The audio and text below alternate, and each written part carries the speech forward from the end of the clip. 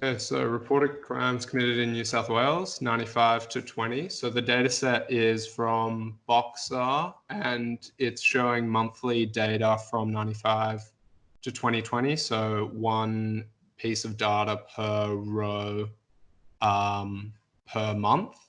So there's a lot of data for each crime, and each crime is sort of broken into either it's a category or then drilled into with a subcategory. So some of them just don't have a subcategory and they're just in the category, but others are drilled down.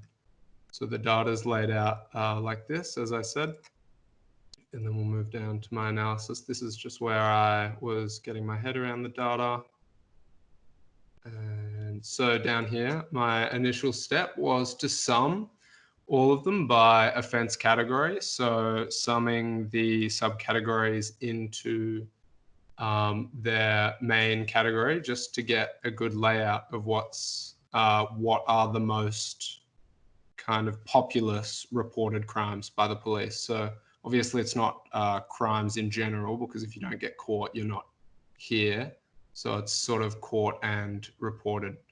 So down here, I've just transposed the information and plotted it so we can see sort of that basically we like to steal from each other mostly, and that's sort of the majority. The rest is very, the rest barely sort of makes up for theft in general. Second being against justice, and then some other things that we'll go over as well. So here are the subcategories, and obviously as part of theft, we have like break and enter, which I thought was kind of interesting, that these purple guys here, and also domestic violence related assault, which seems to be a much bigger problem in Australia than other places, which may also be due to the fact that it's now being reported a lot better, as we'll see a little bit later.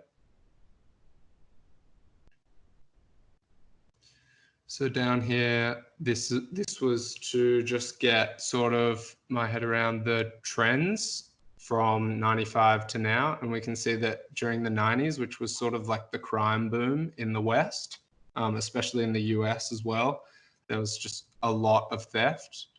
Surprisingly, not as much in terms of drug offenses here as compared to the US and their crime waves of the 90s, probably because of geography, just because it's harder to get drugs here, even though that was the boom of the time. So down here, I've plotted, this is for the, this is what I called sort of like the golden age of like theft, I suppose. And these are the types. So we can see that back in the 90s, when theft was at its highest, it was made up mostly of stealing from cars and breaking and entering. And then other is also there. So things that aren't categorized into these. But looking forward to the makeup now, we still have, see, it's almost completely different now. It's mainly fraud, and there is less, but not drastically so. So now people are a lot more interested in fraud, but still stealing from cars seems to be quite, must be profitable for criminals if they have continued to do it through the decades. And so now I'm moving on to homicide in general, because I started to look at, I wanted to see whether lockout laws had an effect on New South Wales homicides. So I didn't think it would be all that visible, but maybe slightly. This is where my document does start to break down though.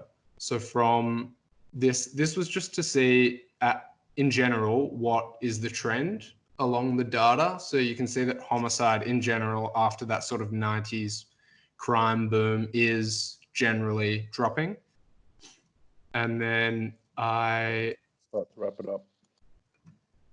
So I've summed I did sum the data here, but this was just to sort of check, but actually it seems as though post-lockout, homicide is if not the same. So I couldn't actually see a difference, especially when the deaths at the time in the media were like very heavily reported, but it wasn't exactly statistically backed up that we needed lockouts or should have enforced them.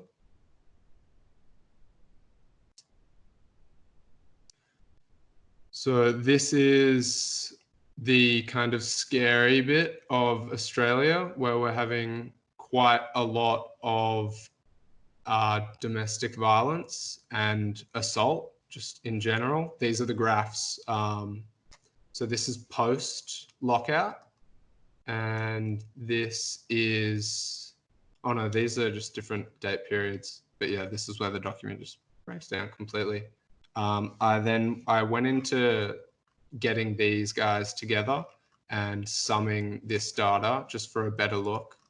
But yeah, I also wanted to go into COVID timings, but I didn't realize the data set finishes right on where we started lockout, which is sad.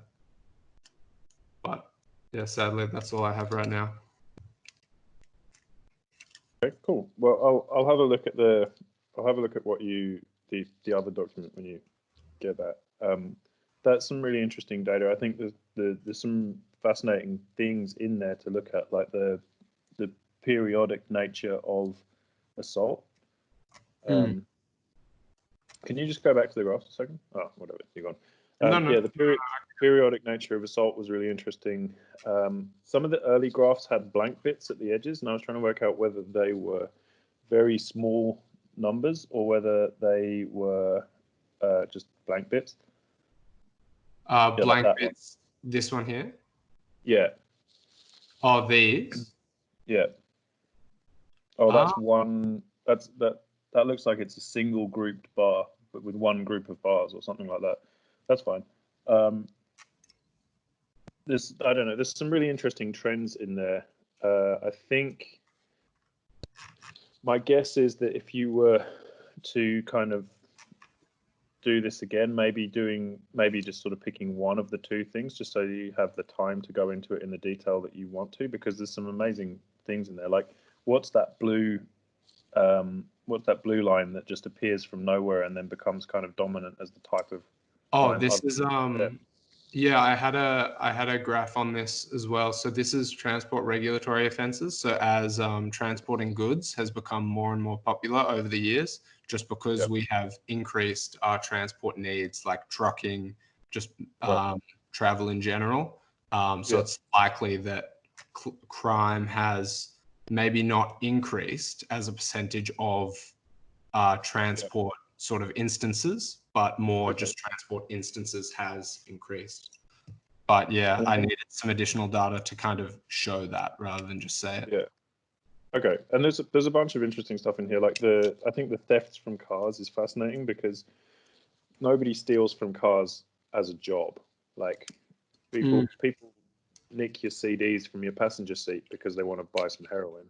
Yeah. And so I don't know. I remember when I was growing up, there was a big discussion about getting car alarms as well as getting car stereos, because car stereos were a thing that you could steal, and people seem to have kind of stopped getting car stereos as a stealable thing. And so there doesn't seem to be a secondhand market in car stereos anymore, because they've got in the same way that people don't steal phones so much anymore because they're not really resaleable. Yeah. So I think that's sort of interesting to see how things are changing and how much of that is to do with legislation and how much of it's to do with technology. But it was interesting to see that you didn't find anything. You went looking for a event in the data and it didn't show up around the lockout laws and that kind of thing. Yeah, I wanted to because also it's sort of a bit hard because it was a bit of a oversight, I think, to look into that, to spend time on that one, honestly, because homicide is, as you can see, for the entire of New South Wales, like there isn't actually that much homicide, Oh, even okay. when it's Right. attempted or otherwise. So to try and find examples, well, it's Yeah.